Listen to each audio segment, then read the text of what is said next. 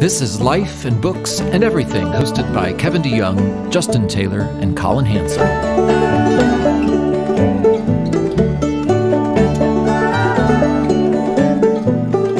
Greetings and salutations. Welcome back to Life and Books and Everything with Justin Taylor and Collin Hansen. I'm Kevin DeYoung. To give you some important announcements at the front end, in case you're one of the very few who don't make it to the end of the podcast. I doubt that's anyone. Once you start, it's good to the last drop. But we will be taking an indeterminate hiatus over the summer, probably a month, or sometime we'll come back in August, we anticipate.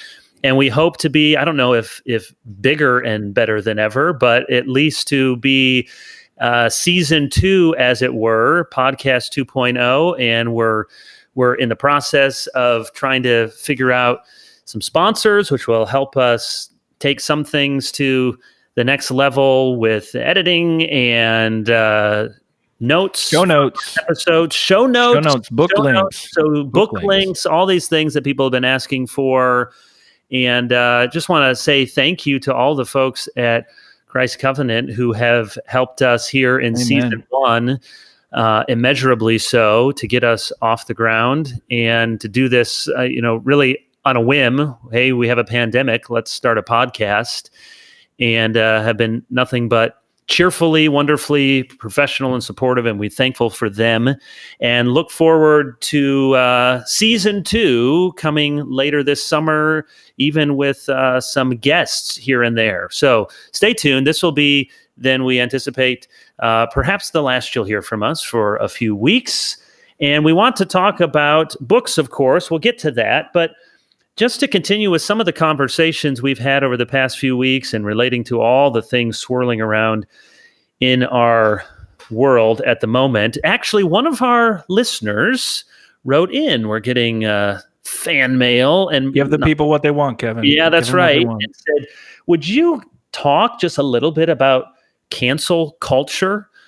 And it's become even more prevalent. And we've seen that the dinosaurs, the monsters, are now eating their young as the cancel culture giveth and taketh away. That's not just going after conservatives, but even those who have gone after conservatives are now getting eaten up by the cancel culture. Seems like they're eating their old. They're eating their young. Old, not their young. It's the young eating their old. What is this thing? I think most people have heard of the phrase now, but where did it come from? What is it? Why is it problematic for Christians in particular? Man, I don't know about the origins of the etymology. I'm not sure about all of that. I just know that, my goodness, social media is such a perfect avenue for being able to expose unacceptable thoughts. I mean, I think when you go back and you look at, if you read about the coddling of the American mind from Lukianoff and Haidt, they talk about the way that language has shifted, that now you'll often hear people say that your language physically hurts me. It makes me physically ill. So we've weaponized language, which now means that if you have said something that is not acceptable, then you cannot be redeemed. That you have said something that is permanent. Now, it's gone through all kinds of different athletes, because we go back to something that they wrote when they were 12 or they're 14 or 16 or something like that, which basically say, hey, parents, don't let your kids be on Twitter at age 12 or 14 or 16 for that matter. Hopefully we'll see some changes there. But the cancel culture it's not complete. Not everybody gets canceled and therefore they lose their job. They lose their husband or their wife. They lose their friends. I mean, we've seen this inside Christian circles. We've seen that form within blog posts or something like that are not supposed to say the right thing. So people want to cancel them, which means just, again, you're cast out. This is Old Testament religion here. You are outside of the camp. You are untouchable now. And I think it's a way of more or less policing thought. I don't think it's a lot more complicated than that. It's being able to, in the absence of an ethic of persuasion, this is a way of using sort of a real power. It's not tangible in the way that we typically think of as power, because it's not so much the more powerful you are, the more likely you are to get canceled in some ways, because the more vulnerable you are. So if, for example, you're representing a major institution and you do something in your personal life, maybe you have an episode that somebody captures on film, then you jeopardize the reputation of that company or some place that you represent, and therefore they can attack the company and force you then to be canceled, and you get fired and things like that. And you talked about, the religious component to it in a sociological sense. Then you start dealing with second and third and fourth degrees of separation. Yeah. You should be canceled because you haven't canceled that person. And how often in a 24-hour news cycle is that basically the angle, either from the right or the left? This person who you've been associated with or likes you said something horrible. What will you do now? And both sides are trying to use it. Have you seen just Michigan State grad, right? Jamel Hill? Yeah. So she's been a key proponent of cancel culture, but then it turns out that she had said some things about trans. She made a trans joke. Yeah. And then all of the right-wing dudes have decided to pounce on her and say, see?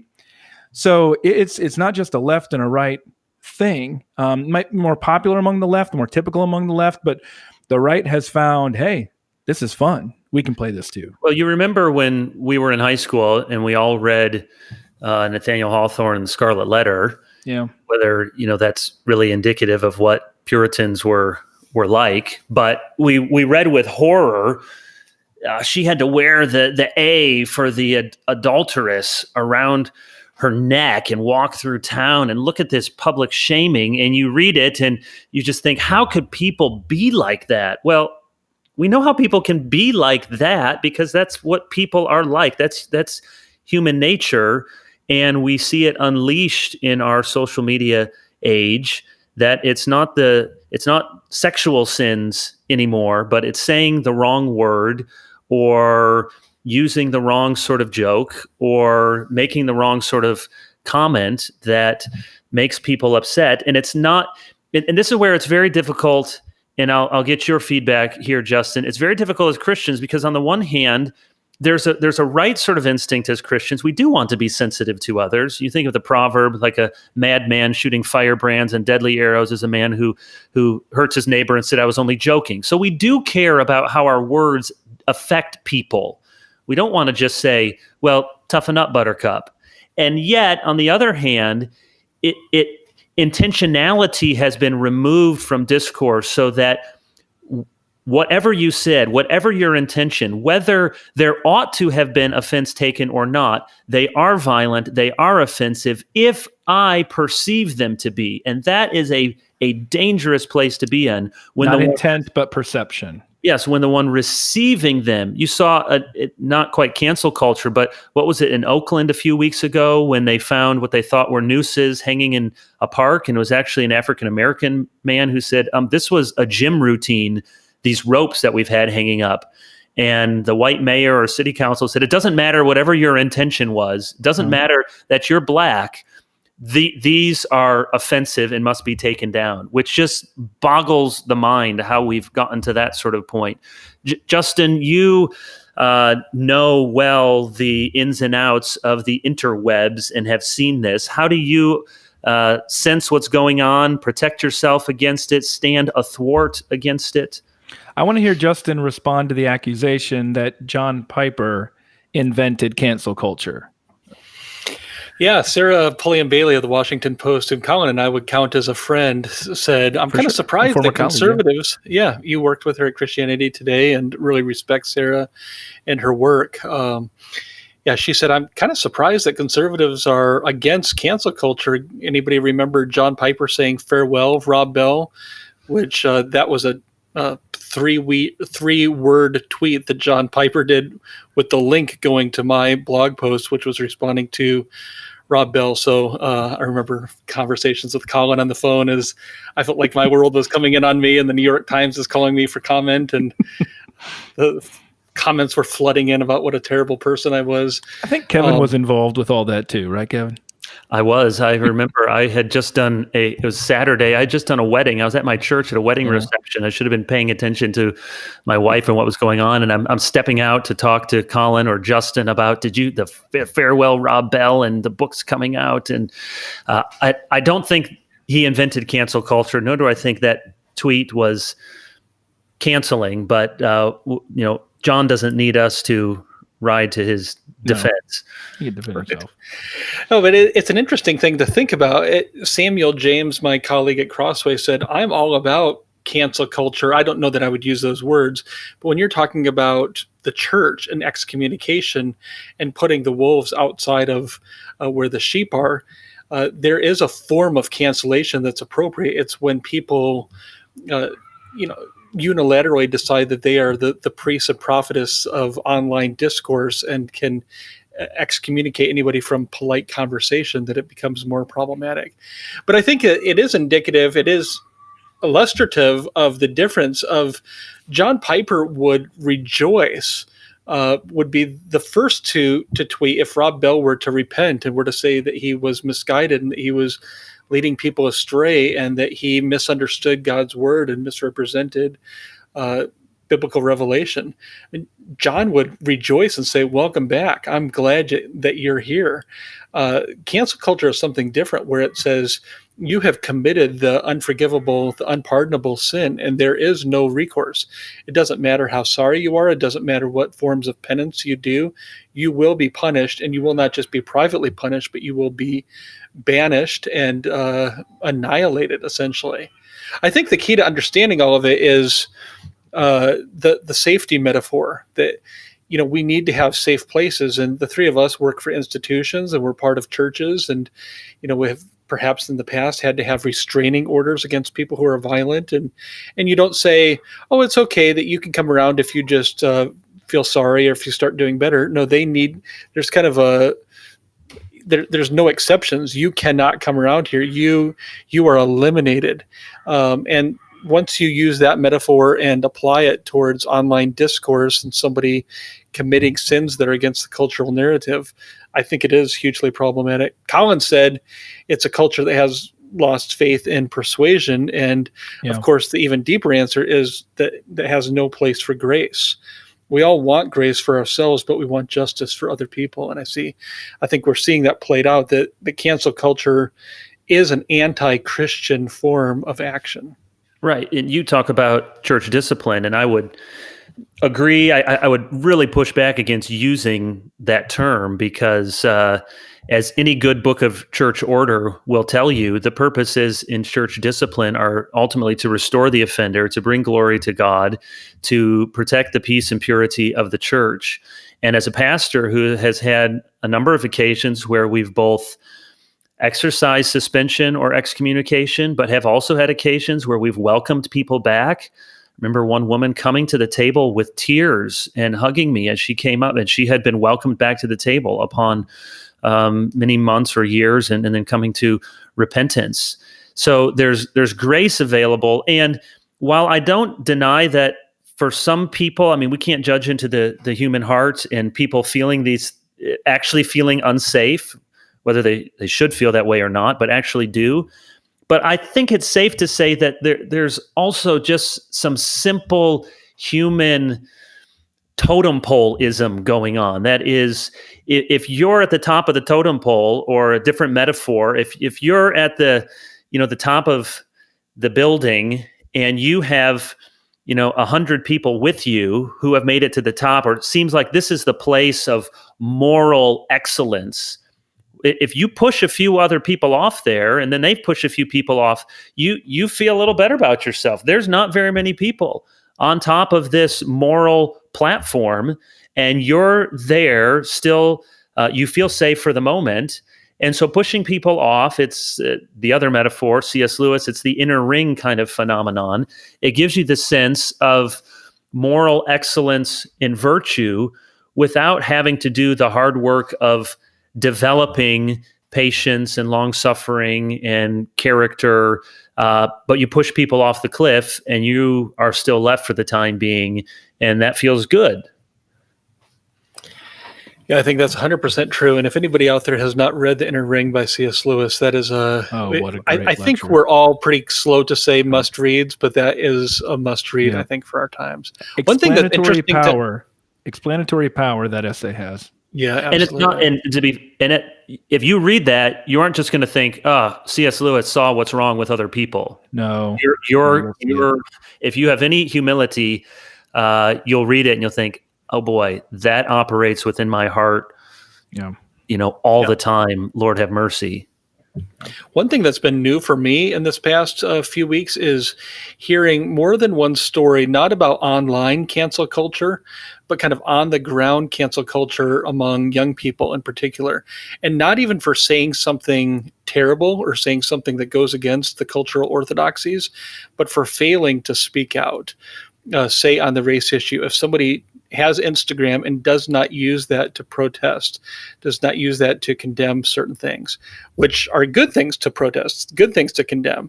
The very act of silence is taken as an act of violence and not being supportive, and a lot of mean-spiritedness and cancellation and critique coming just for the act of silence, which I think is a different angle than just what we're seeing on Twitter or on other mediums. Collin, has anyone ever been critical of TGC for not saying something?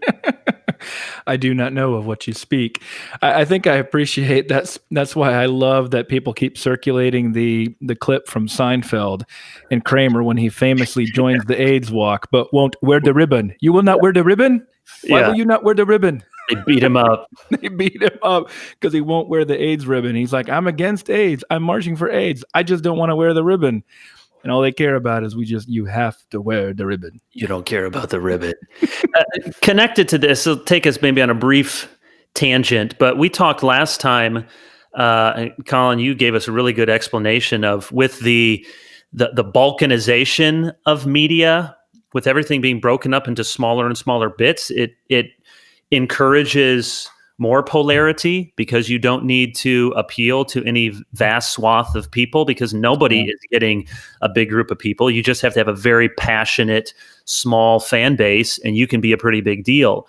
But what may seem counterintuitive, as that has become more fragmented, we live in a time where our news and especially our politics has become nationalized and universalized. They used to say all politics is local, and now it's no politics is local. Yeah. Everything, and that has to do with the internet. It has to do with the disappearance of local newspapers, where you maybe have one liberal, one conservative newspaper, and what you really want is to get the morning newspaper, the afternoon newspaper. They tell you what's going on in your city. Well, that's all dead and dying. What matters then are what did Trump tweet today? What did Nancy Pelosi? What did AOC? And these stories then, some of which, in one sense, what's happening in Seattle with the Chaz or the Chop is a big deal. In another sense, it's going to be forgotten. And it doesn't really have any immediate bearing on probably Birmingham, except that it's elevated as a national story. And this happens all over the place so that any one of us can take the worst story, whether it's our worst fears on the right or on the left, and say, yep, that's what's happening. That's what police are like everywhere. That's what leftists are like everywhere. And that's coming. And the phrase nut picking instead of nitpicking. You pick the worst example of a Christian, the worst example of someone of a different race, the worst example of a Democrat or Republican, a police officer, whomever. And because there are an innumerable number of stories at any one time, the narratives we want to create are basically non-falsifiable because no one really knows. And you take any one of these stories, and not to say all of them or none of them deserve national outcry or recognition, but you take any one of them and it becomes the state of the matter. That's what people are like. That's what our country is like. Well, that's bound to be polarizing, and the stories are never going to be with all the people gathering together to clean up after Minneapolis. It's going to be all the rest. So anything we do, or is it just simply an awareness of what's happening that may at least keep some of our baser passions in check? What do you think, Collin? 2 points there. One is we need to understand how we got into this position, and that's it's an economic story. It's a story of advertising. So why did local media decline? It's because local media lost the delivery mechanism. They lost their financing mechanism. So once Craigslist and things like that came in to replace classifieds, and then once social media came in to be able to allow targeting through Facebook, especially, and also now Instagram for advertising, you don't have any way to subsidize local media. So that's why we've lost that sort of pragmatic politics, because you don't really care you can in some cases, but in a smaller town especially, you don't really care which party your mayor is a part of, because the things that you typically think of for a national party aren't really relevant at a local level in the same way, especially because local governments and state governments, Illinois would beg to differ, but they have to live within their means. They have a state government in Illinois? That I'm aware of. Not a good one. Haven't for a long time. But you have to live within your means at some level, and it's easier to find that common ground. But again, there's no mechanism for news to be able to cover it, except more or less what you're having come into place are these Chamber of Commerce newspapers, which are only positive news. They don't deal with any of the hard issues. That's the first issue. And then so I don't know how we fix that. If we want local news, it's going to have to be philanthropic, or it's going to have to come through the Chamber of Commerce, and it's just going to be hyping local, like, positive stories. That's not bad. I think my house, we receive like 2 magazines and 2 newspapers that are all just subsidized through the advertising through a Chamber of Commerce type approach. But then the second issue is, and this is something that we can do, I can't urge this strongly enough, do not treat news as entertainment. I think that's why, Kevin, we see what happened in Seattle be so important to Charlotte or to Sioux City or to Birmingham, because it's entertainment. It's more or less a form of reality TV. It's kind of scripted for a certain audience to produce a certain effect. And like you said, it's that nut picking there. The turn of news into entertainment, where everything is a battle of good and evil between those horrible people trying to destroy your way of life and the good people trying to defend, everything that's wonderful about this world, is deeply destructive. And don't treat news as entertainment. This is not intended to be fun. Yeah. And maybe that's why in this pandemic we miss sports so much, because it gets us out of that. What do you do, Collin, to work against that in your own life, in your own mind? Because I believe that, and yet I'm drawn to the headlines of "you won't believe what somebody did, somebody said," and that's tempting to click on rather than a 5,000 word article in the Atlantic or the Economist. Yeah, I think maybe it's because I'm immersed in this all the time. It's not fun. It's kind of like when you become a parent, all of a sudden those stories about bad things that happen to little kids aren't very fun. They're not very entertaining. They're not ones you want to click on. They just raise your anxiety and your fears all out of proportion of reality. And that's, I think, maybe just if you're more exposed to it like I have been for a long period of time, and more of what's going on behind the curtain, this has real damaging effects. First of all, to the people who watch, and just to our broader political and cultural ecosystem. So I don't know. I guess that's not really a solution, but that's where I'm coming from. It's just, this is painful. When people are used, I guess when you're the object, like we're going back to cancel culture, not so fun when you're being canceled. Not so much in this case when you're the one who's being dragged all the time by people who think that it's entertaining to watch you being lied about. That's not fun. Well, let me take this in a different direction that will try to be positive here.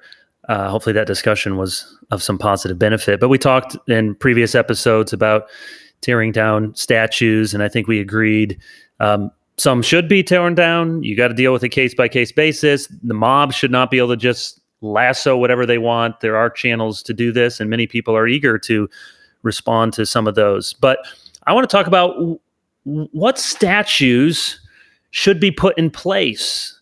And not thinking of, the people that already have statues, maybe we find out later some of these people do. But as you think in your mind, who would you like to see have a statue? Somebody from the past who's famous to you, or somebody now? This could be, you're welcome to take this in a somewhat humorous direction. The person who invented Cinnabon, or take it in a more serious direction. But think about who are some of the people, and we'll just throw out the caveat that if somebody tells, some listener says, you didn't know that this person said this or this, don't cancel us. Okay. We're not claiming to be biographical experts on these people, but I have a list of several people, but I'll throw it to you first, Justin. Do you have any thoughts of people you would like to see have recognized with a statue?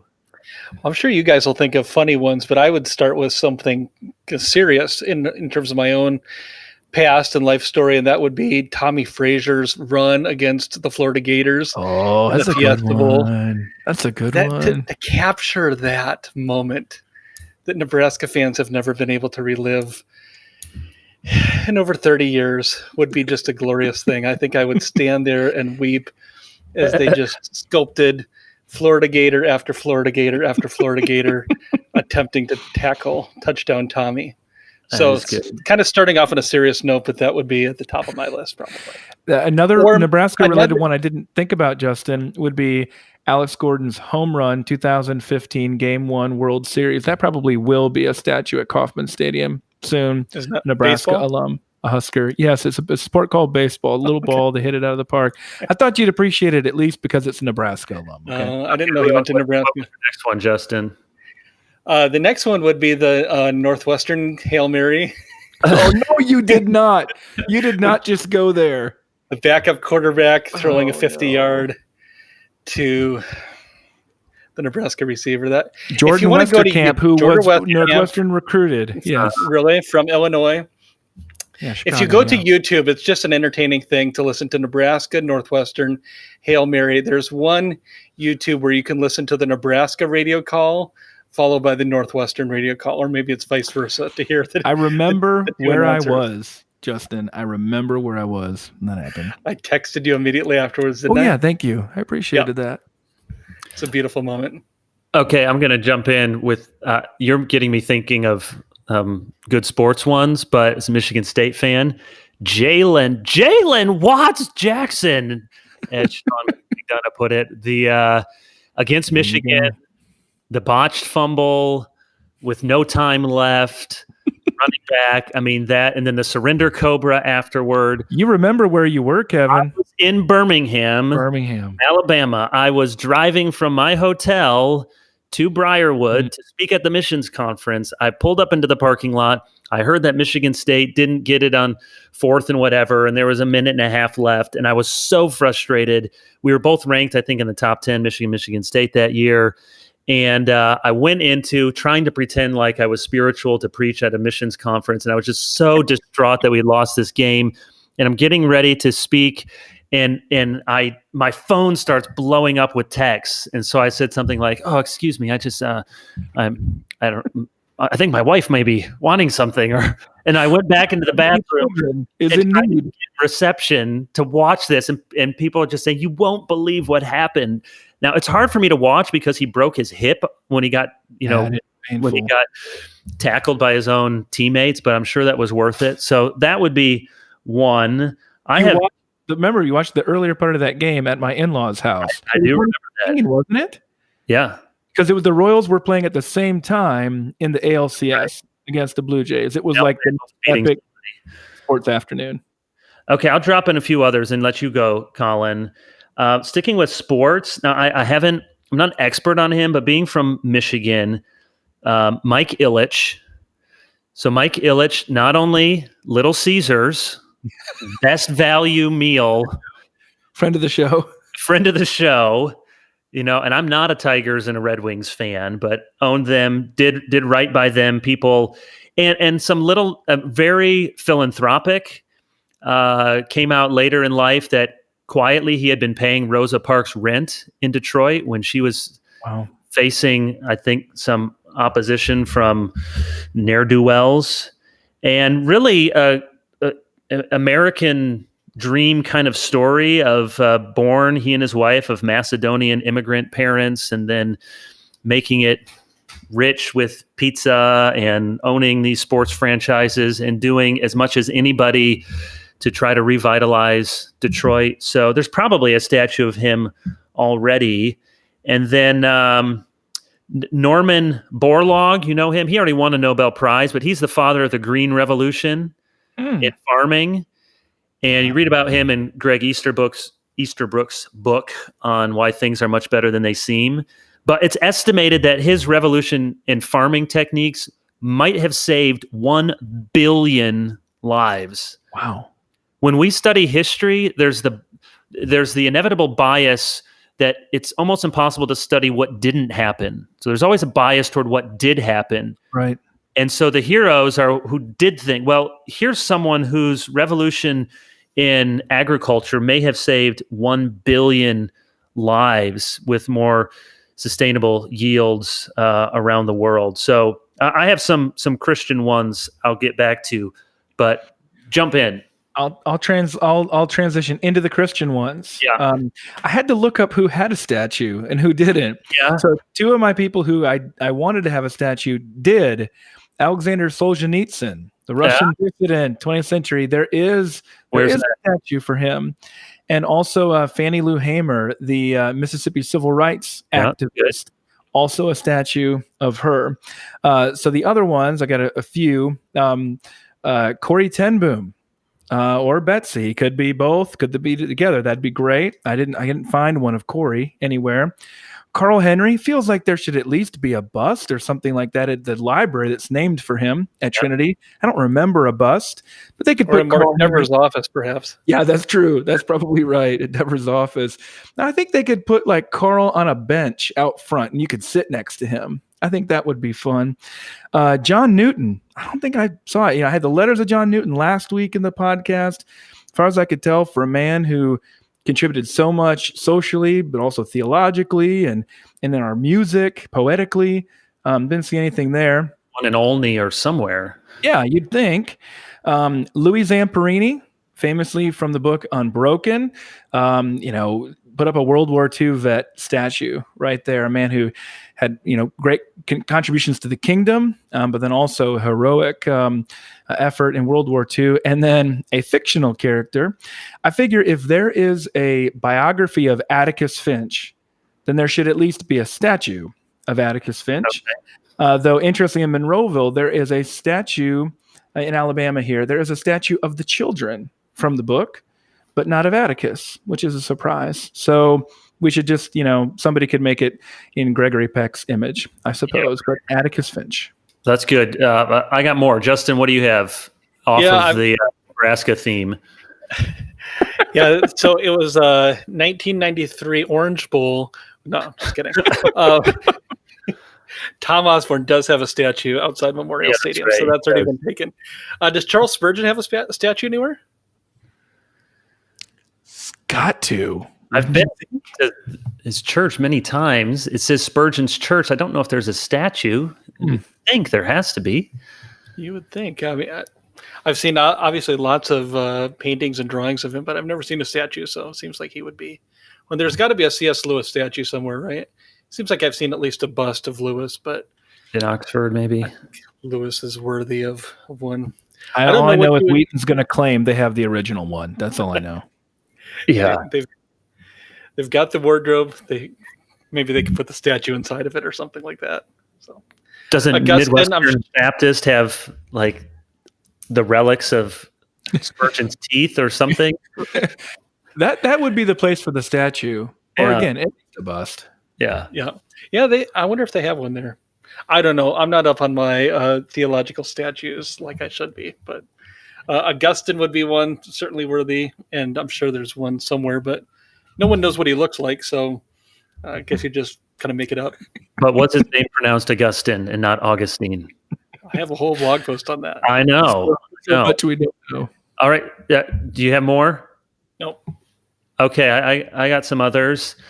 Samuel Zwemer. Oh, there you go. Islam, born in Friesland, Michigan, my neck of the woods. There's a Zwemer cottage at Hope College. And when I was there, Ben Patterson was the chaplain. There was there was a big revival of interest in missions, and I don't know what's become of that, but there was renewed interest in Zwemer. So a missionary in the Arabian Peninsula in that part of the world for 20, 30 years, and then taught missiology at Princeton, but a wonderful writer and evangelical Calvinist. So Samuel Zwemer. How about, I don't know too much about him, but the story is fascinating. The documentary from a few years ago, Pastor Lee Jong-rak, the Dropbox guy in Korea, saving the babies as they put them in the Dropbox. And I know some people were critical of, well, that's encouraging people to dispose of babies, but, he saved hundreds of babies that way. One that would be maybe controversial, but someday there will be a statue. Once the politics of it are in the rearview mirror more distantly, but I do think there will be schools named after Clarence Thomas and a statue somewhere. I know you got to just sort of come down on was he telling the truth, and it was a high-tech lynching at his confirmation hearings, which from what I've read, I'm persuaded that it is. But his PBS did a really remarkable documentary a couple months ago. It was available for free. I'm not sure if it still is, but it was just him narrating the story of his life and, media clips and pictures, but a true rags to riches. I don't know if he's rich, but certainly from extreme racial animus and poverty to heights. So there's a great American story there. And I think, a story worth remembering. And then here's the last one. Today, while we're recording this, the only justice to dissent in today's terrible abortion decision by actually attacking Roe v. Wade. Praise God for that. The only one, unfortunately. Well, it was 5-4 decision, right? Right. He was the only one who dissented, and in his dissent specifically said what we should be going after here is the whole premise of Roe v. Wade. The others may have agreed, but they didn't choose to. That's he all. did. And then I know you, Nebraska. That's right. Big fan of Nebraska. You'll agree with this one. Don't want to embarrass her. She's ever listening, but Johnny Erickson Tata. Amen. I mean, Amen. talk about someone that without, drawing attention to herself, because that's never her point, you feel like I want to be a holier person and heaven is worth it. And, all of us at any time we've spent with her. So there will be a glorious statue, and whether it's in her wheelchair or standing up, it would be up for, or in the process of standing up would be a beautiful. I mean, I was thinking good statues like the Dropbox pastor would be a great statue, but yeah, Johnny getting up, starting to stand up or being welcomed up by Jesus. I mean, you don't want to do a statue of Jesus. Yeah, I can, but just a hand, right. A hand like being led up would be beautiful. That's beautiful. All right. Well, thank you for indulging me on our fundraising tour for these mini statues. As we wrap this up and we take some breaks over the summer, we're going to be doing summer reading, and our intrepid listeners may be interested to know what books the three of us are going to be reading. You don't even have to pretend that you're going to finish all these books. Maybe you'll just start them or just make a dent further into some of them. I have several thick books, and I know I'm not going to finish most of them. But Justin, let's start with you. What's on your shelf that you hope to read over the next 2 months? Not a project that for something you're writing or studying, but you just want to read and enjoy and have fun. Yeah, I've got a number of books kind of in the pipeline, and I appreciate the caveat that we might not finish them, or our eyes might get attracted to other shiny objects along the way. But so I guess in different categories, Stephen Baugh, Baugh, has a big, thick commentary on a letter to Ephesians, and our pastor at our church is preaching through Ephesians.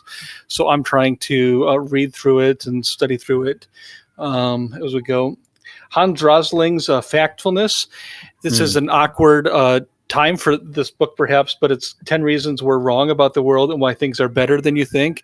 I mean, things feel bad and going to worse, but it's a very empirically based book on just why everything you hear from the media and it sounds like similar to Greg Easterbrook's book, which I haven't read, but I'd like to dip into that.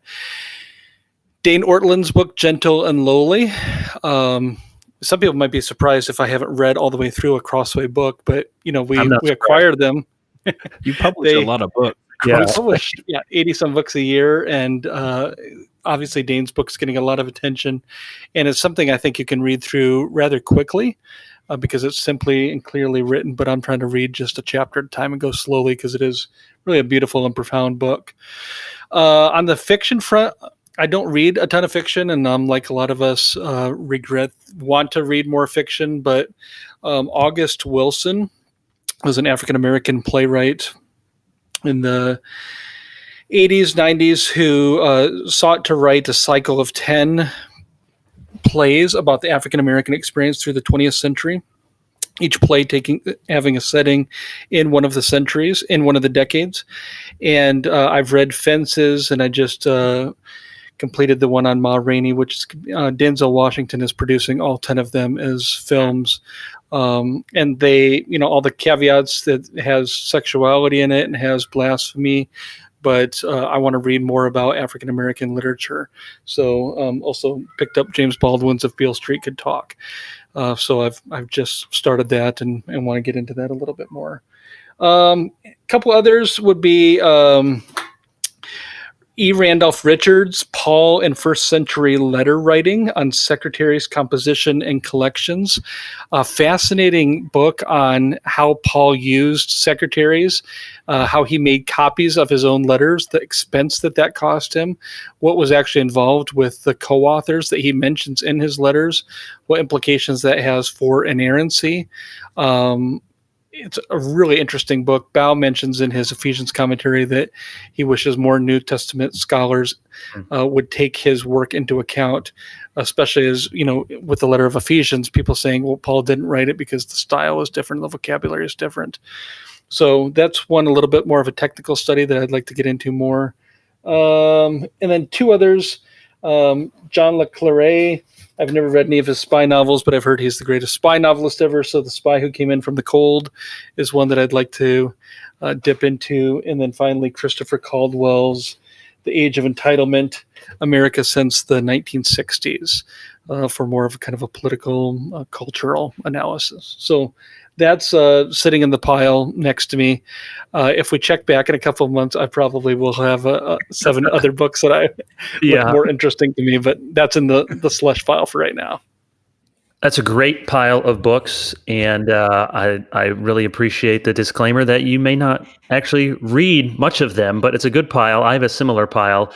Okay, I'll zip through mine, and then we'll give Collin the last word, as he probably has some books on Russian immigrants meeting Swedish Lutherans in Minnesota or something. I wish if anyone knows about a book like that, I would read it. So just let me know. Okay, I have 10 books on my shelf, but most of them are in the category of I've gotten partway through and I need to see what I can get from the rest of them, because I'm probably not going to read through them slowly, but it's worth getting a few big ideas. So one of them is The Myth of Disenchantment, which is really it's a book about magic and science and religion, and how this idea that in the modern world we have had the triumph of science and we have been disenchanted from the idea of spirits or the occult or talking to the dead is a myth. And he goes through, I think he starts a story with the Curies, and he has lots of evidence to suggest that many of our heroes of capital S science were far from disenchanted. They were into astrology and talking to the dead and all. And he's not advocating that that's good or bad, but as far as I can tell, he's making the case that we are not nearly as disenchanted as a modern world as we think we are. So that's an interesting book. The Body by Bill Bryson. I made it about halfway through that. He's written a number of best-selling books, and this is he's just a wonderful writer. And so he goes through every part of the body and tells you amazing anecdotes and facts. I got about halfway through, then my wife took it and she plowed all the way through. So I'll probably spend some time and see if I can finish that off. I also mentioned The Morality of Laughter a few episodes ago that I'll probably give that a quick skim through. I'm partway through Amity Schleye's book, Great Society. She's written a number of these histories on the New Deal, or does she have the book on Calvin Coolidge? But this one is on the Great Society, sort of a history of economic programs in the 60s, and she's going to be largely critical of what the Great Society actually accomplished. I've also started and need to plow my way through as much as I want to John Turner's book, They Knew They Were Pilgrims. This is the 400th anniversary of the Pilgrims landing at Plymouth Rock. And so Tommy Kidd has a nice blurb on this is the new definitive account. Have you read any of it, Kevin? Yeah, I have. Yeah. Is it worth? Because it's on my list. So should I keep going or start it? Yeah. You should. All right. Yeah, it's on your list. I mean, it's it's going to be fair history, but it's certainly not going to romanticize the Pilgrims, but say, okay, we shouldn't romanticize them for Thanksgiving or their great tolerance necessarily, but here are things that were genuinely impressive about what they accomplished. And then I'm not going to go through all 10 of the books that I'm looking at on my shelf, but I'll give you then 3 books that I want to read more carefully. One is Harvey Mansfield's book, Manliness. What is he at Harvard? So a very countercultural book to even write that there is such a thing, let alone definable thing or something worth commending, called manliness. So I am reading through that. And then maybe you guys read Andrew Roberts' book that came out a year or two ago, his single volume Churchill biography, which is supposed to be the best Churchill biography. I've read one or two others, parts of one or two others. So I'd like to at least make a dent in that. It's a big book. And then finally, I'll mention Maclay's book, Land of Hope, An Invitation to the Great American Story, which I'm well into it, and he writes well. I think he's a conservative. He's at University of Oklahoma. I think he's trying to write a story of American history that is both something that can bind us together. So that's one of his big themes is, as a nation, we need to have a common sense of story, purpose, identity. And so the name Land of Hope gives you a sense for he still thinks that America is a place where people dream and people want to come to. But he's definitely not in the camp of just presenting one great hero after another. He's very obviously from the get-go is saying there are things about our history that are ugly, and we need to own up to them and we need to acknowledge them, even if the ideals are ones that are worth remembering. So, a good textbook really doesn't do it justice because that sounds boring, but I love reading American history. And so I'm looking forward to moving through that book, mostly a political history of the United States. Collin, what do you have on your wonderful list? No doubt some good fiction books that we should have heard of. No, I learned my lesson last week. You guys really just made me look bad. No, I don't want your fancy books. I love Kevin. William Shedd's Dogmatic Theology. That's the other one. I love that, Kevin, you give us reviews of the books before you've even read them, which is pretty impressive. I read the introduction and I read the conclusion, but I haven't read, all the middle sentences. All right. Well, I just appreciated that. I had Turner's book on my list, but realistically, if I just finish Blight on Frederick Douglass and Taylor's Sources of the Self this summer, finally, that will be an accomplishment because, whoa, oh man, those things are taking me a long time. So other than that, I'll just mention two. And one of them is An Obituary for Wisdom Literature, the Birth, Death, and Intertextual Reintegration of a Biblical Corpus. By my friend Will Kynes here at Samford University. So I'd love to be able to. Yeah, it is. It's his dissertation. Let me know what you think, Collin. Okay, thanks. Who's the illustrator for that book? I don't know. It's a pretty. I don't know if we know what Job looked like, but he looks like he's got a long beard here. So there's no pictures. Is it Job or is this supposed to be Solomon? I'm not sure. But anyway, one of Will's points is that the very concept of wisdom literature is owing to especially German liberalism and especially to anti-Semitism as well. So he's done presentations on this at AAR, SBL, things like that. Anyway, or SBL. So that's the one I'll mention. And then also Erwin Ince's The Beautiful Community, Unity, Diversity, and the Church at its best. Hoping I can have Erwin on as a guest coming up on my Gospel Bound podcast later this year. So we'll see. But those are just a couple I'm looking forward to. And yeah, I just hope I finish Frederick Douglass and the biography, which has been good. But it's big. It's 700 plus pages. I just finished the 3-part series on the History Channel of Grant.